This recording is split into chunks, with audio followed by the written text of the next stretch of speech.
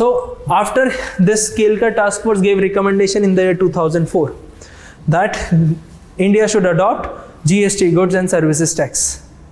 What happened after that? Government thought that we should do something. So in the year 2007, for the first time, there was an empowered committee of state finance minister to look into the matters of implementation of GST for the first time in India. If you remember the discussion of value added tax, in 1998, what happened? Empowered committee of all these states set up to look into the matters of or the implementation of value added tax at state level.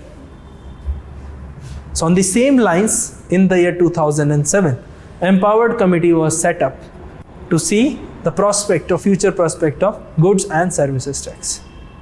Okay. So from the next paragraph you write, in the year 2007,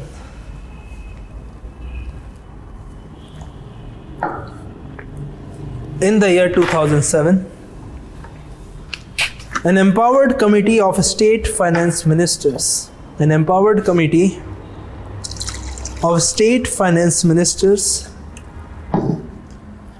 was set up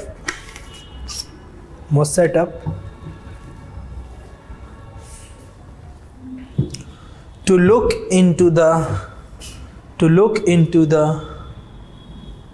matters and the future policy implications of GST. Future implications of GST. Full stop. This empowered committee undertook the task of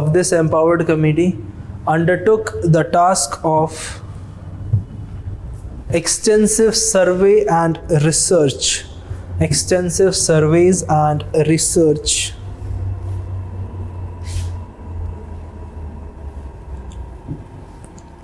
Full stop. Now just listen. So what happened? For the first time, GST bill was introduced in which year? 2009, just after the election. Okay. And again in 2011. So 2009 there was no concrete solution. Again in 2011, government reintroduces it. Then again in 2014, they talked about that we will introduce GST bill once again, but they haven't introduced. Then after that, for the first time in 2015, they introduced GST bill. In 2016, the process of parliament. So GST bill went through the process of parliament, and then ultimately in 2017, on 1st July 2017, India implemented the biggest indirect tax reform called GST. Okay, so we write this thing. In the year 2009, GST bill was introduced in the parliament. GST bill was introduced in the parliament. Again in 2011.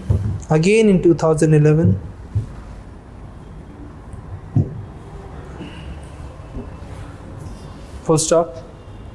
Ultimately in 2016,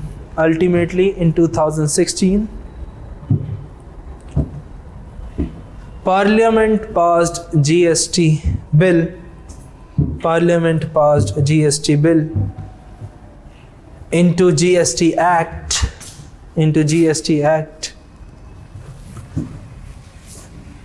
and on 1st July 2017,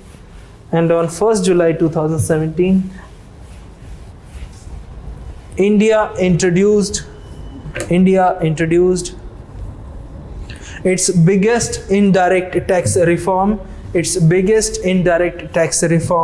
since independence.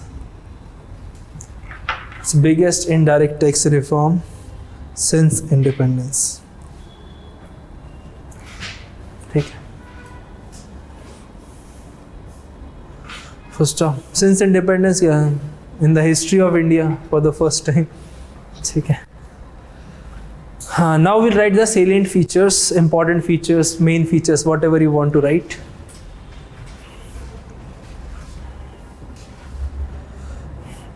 Features of GST.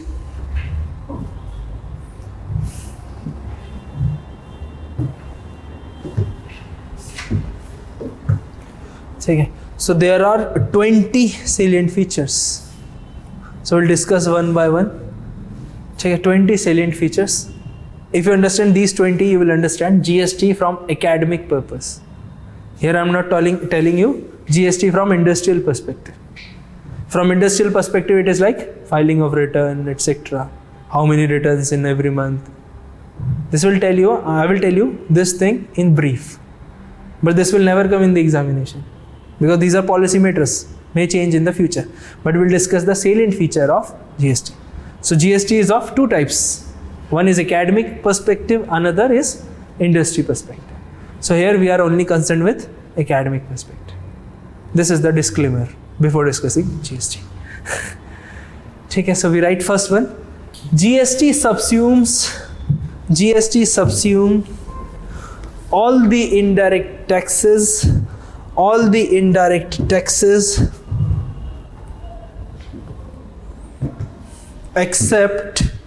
except yes, can you tell me? Stamp duty and नहीं, वो तो excluded items है. I'm talking about taxes. These are excluded items. No. Property, you will impose capital gains tax, wealth tax, property tax. These are direct taxes. Here we are talking about indirect taxes. Property tax is a direct tax. आप पे करते हैं ना property tax. That's a direct tax. नहीं, ज़्यादा deep में मत सोचो. This is very simple answer. Stamp duty is a tricky answer. Stamp duty is a tricky answer. So stamp paper अभी भी जाओगे, there will be a stamp duty, not GST. Stamp paper पे आप लिखा था ना 100 रुपीज़ के, 500 के, डिपेंड. ठीक है. Simple tax, simple. Stamp duty अगर आप नहीं बता पाते तो मैं बता देता, but ये नहीं बताऊँगा. सोचना है आपको. हाँ, basic custom duty. So you write basic. There are 3 types of custom duty we had discussed. So on the first one, basic custom duty is not the part of GST. So जो भी sentence लिखा था, क्या लिखा था? Except these 2 items है ना, लिख लेना. ठीक है. So that completes this sentence. Not the second point. Under first point itself, you write all the taxes subsumed. So first one you write all the center taxes. So first we'll write. नहीं समझ में है? ठीक है, फिर से बोलो. First point, that GST subsumed all the indirect taxes except these 2 taxes. ठीक है. Now what are the taxes subsumed under GST? So we'll write that, the name of the taxes. So it will come under your first salient feature.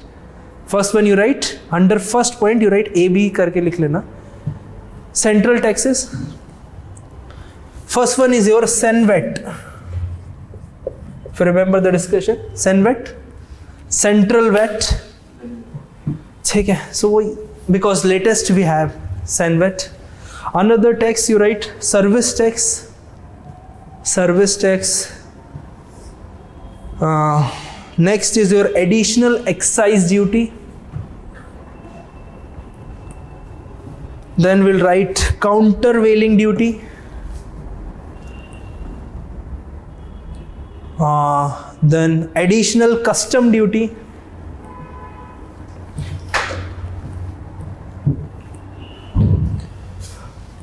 Next point, all the cess and surcharge imposed by central government.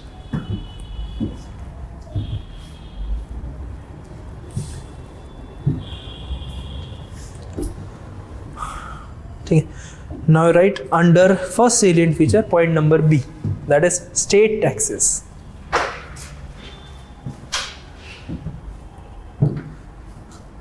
What's the most important state tax before GST? VAT. So first one you write VAT, state level VAT, you write state level VAT because VAT is not the name of the tax, it is a form of tax. So it is known as state level VAT. Next one is your entry tax. Next one, octroi.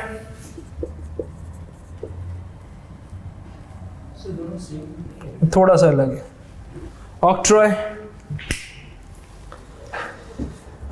Then entertainment tax. Next is your luxury tax.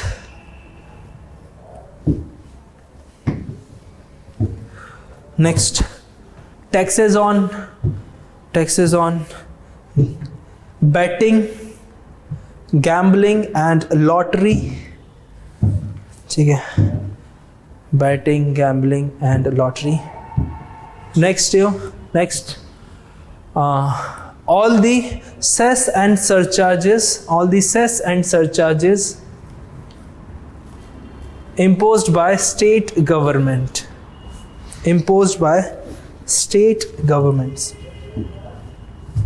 So betting lottery allowed? हाँ allowed है. कहाँ पर allowed है वही पूछने वाला मैंने. That is actually illegal. जो चौकी race. No, there are only 2 states in India that allow, because these are state level taxes. It means state have the authority to impose taxes on betting, gambling and lottery. So there are 2 states in India that allow these kind of activities. First तो आप guess कर सकते हो, second का है. First बताओ. First तो गोवा, मुझे पता था. Second one, you will get one chance. Yes, first please. No. जल्दी बता दिए. Order से हो गया आपका turn. Yes. Any state? Sikkim. Sikkim is the answer. लिख लो. Goa and Sikkim are the 2 states that allowed betting, gambling and lottery.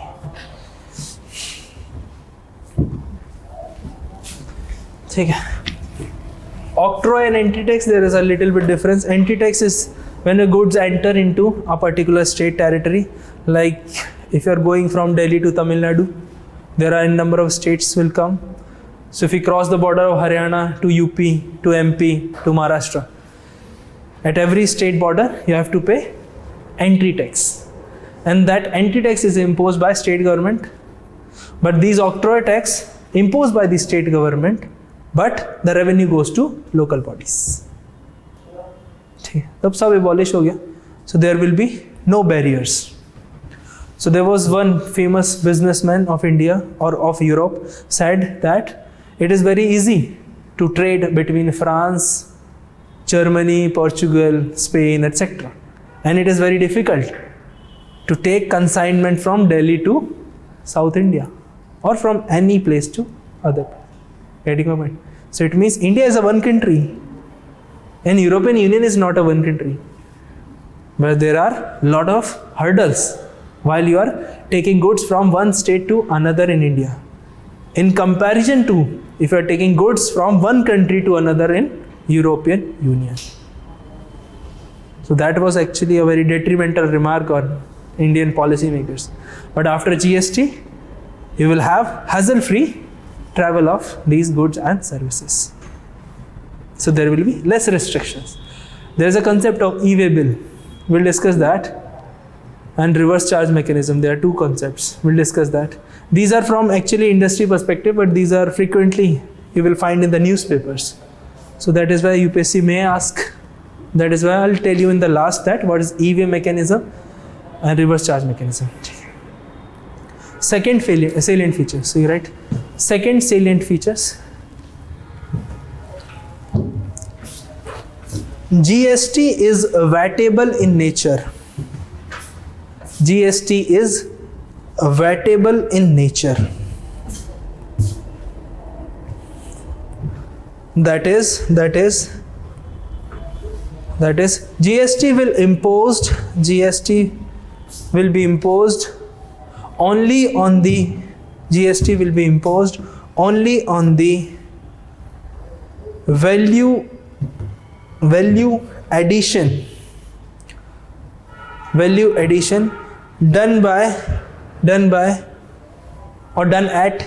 done at each point of value chain. So if you think simple, from manufacturer to wholesaler to retailer and finally to the end consumer, you will have GST on every stages. These are multiple stages of a particular goods, starting from producer. Producer will produce, then wholesaler will purchase, then wholesaler will sell to retailers and finally to the end consumers. This is a value chain of a particular commodity. So we'll experience that on every chain, every point of that value chain. You will find that there will be GST imposed.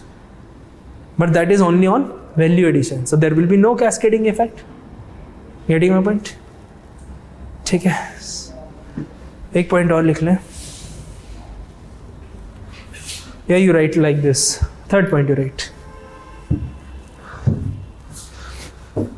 India's GST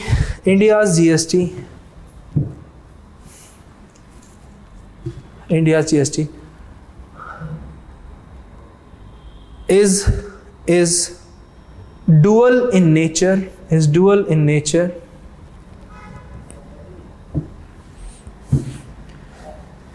It means the tax is imposed by both center as well as state.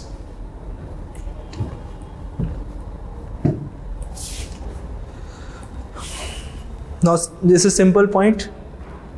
India is having a dual GST. Dual GST means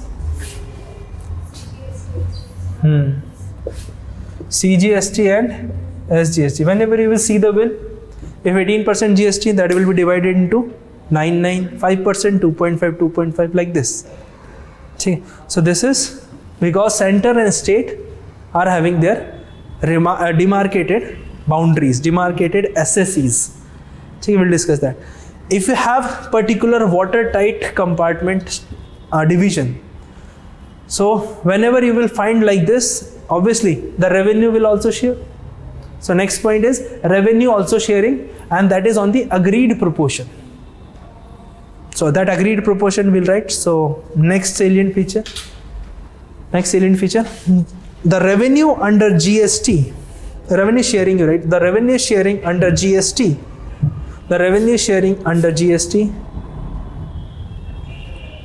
between center and the state, is based on pre-decided agreed proportion. It's pre-decided agreed proportion.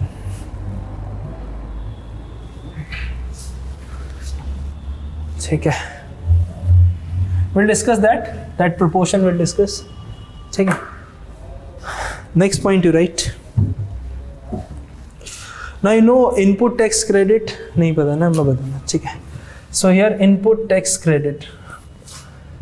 So what happened before GST?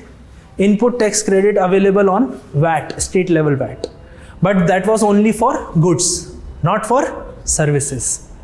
But under GST, this input tax credit is also available on services, because when you see the amount of services contributing to India's GDP, if we compare the time period of 2005 and 2018, maybe 17 when we implemented GST, there was a vast difference between these two periods about the contribution of services into India's GDP. Getting my point?